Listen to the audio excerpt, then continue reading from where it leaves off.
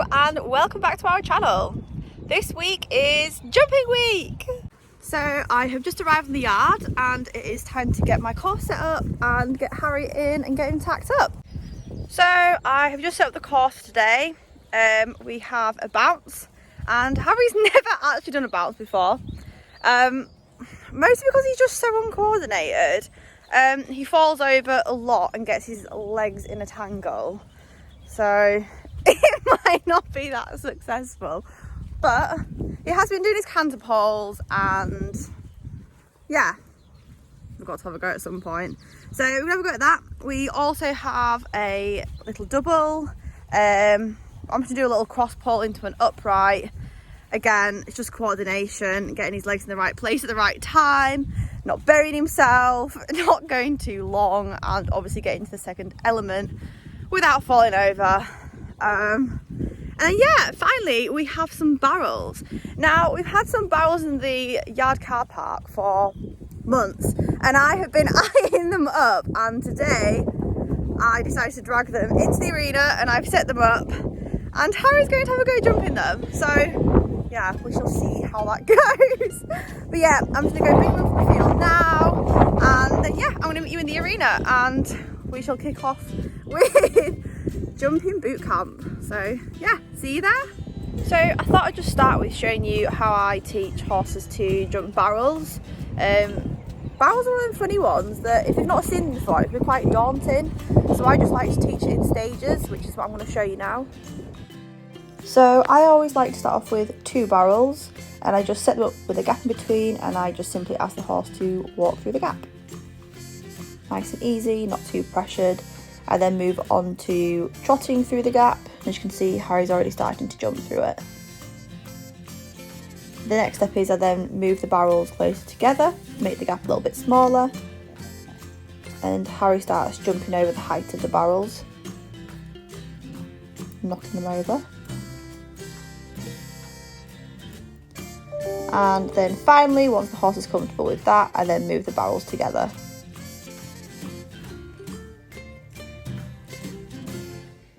And there we go. Harry's now jumping barrels. So once Harry had got the hang of the barrels and was jumping them reliably, we moved on to the bouncers behind us. And that was Harry's first ever attempt at bouncers. And then his second attempt, which was fairly clumsy. And then the third attempt and we destroyed them. And this is the worst part about having to ride on your own, is that every time you knock down jumps, having to get off and put your jumps back up again. So then I have to stride the jump back out again and I do 1, 2, 3, 4 strides, and that's how I stride out a bounce.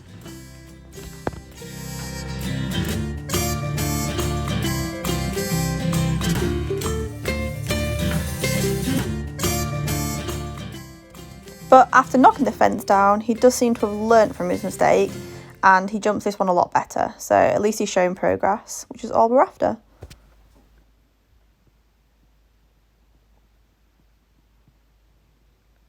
And then after the bounces, we just finished off with the double a few times, but he was actually quite tired, so we just finished there.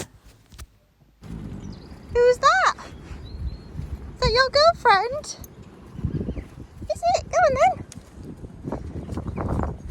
Your girlfriend?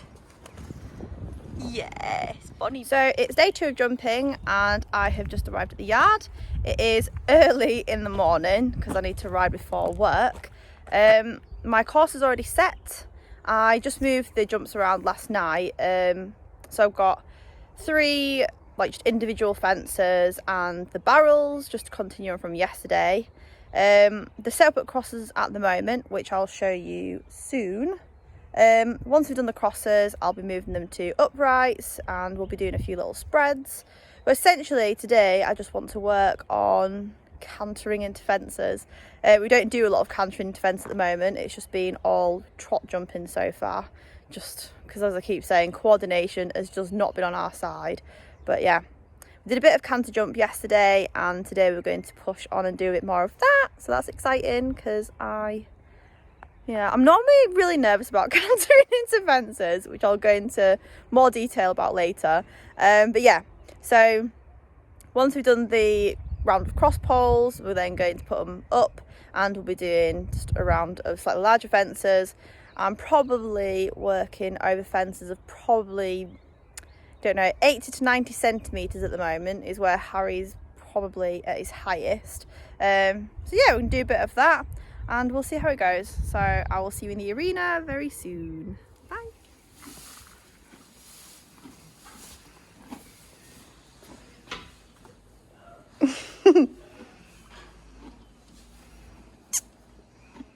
You grumpy? You grumpy? It's a hard life, isn't it? Yeah, it's hard life. Are you sleepy? Gonna go jumping? Full of it. Crazy Exracehorse. You waking up? Should we go do something? Goodbye. The arena we go. So Harry's still fairly new to jumping.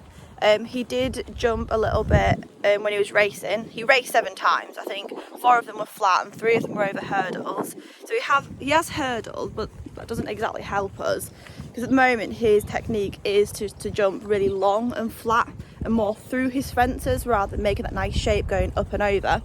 So I'll explain a little bit later on, but yeah, at the moment we're trying to teach him to jump up and over, so that just means me hiding things in fences to try and make him lift. So I don't know if anybody else does this, but with Harry, because he's done a little bit of hurdling, I tend to try and find something scary to hide underneath fences.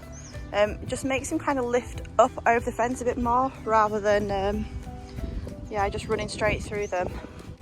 So today we're working with the cooked linseed bag, which I found in the storeroom. And then this is the course. So I've just got a few cross poles and the barrel set up.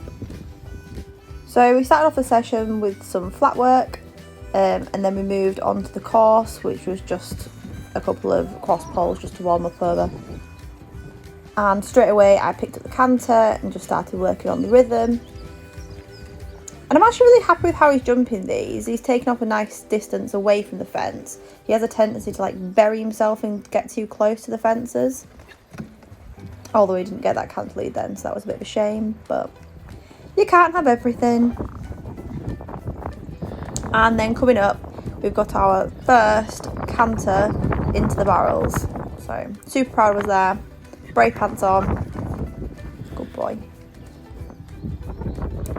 And now I have put the fences up. I've just put a back rail on that spread, and there you go, you can see him burying himself into that one. Takes off nicely there.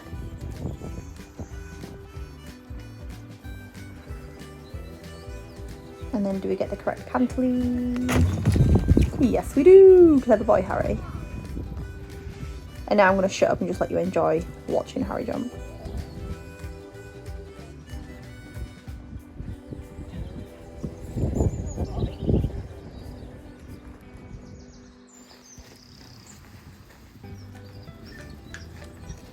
Whoop!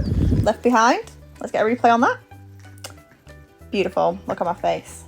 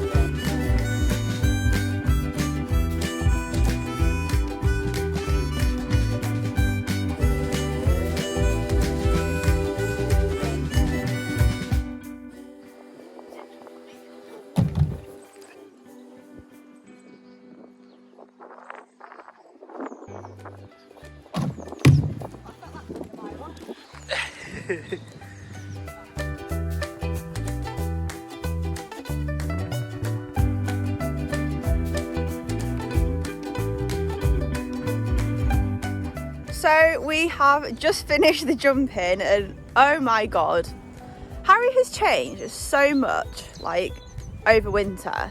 I did set out the goal that winter was going to be like get our heads down and get work done and then come out of winter ready to attack the season, and right now I feel like we've achieved that. I'm so chuffed with him.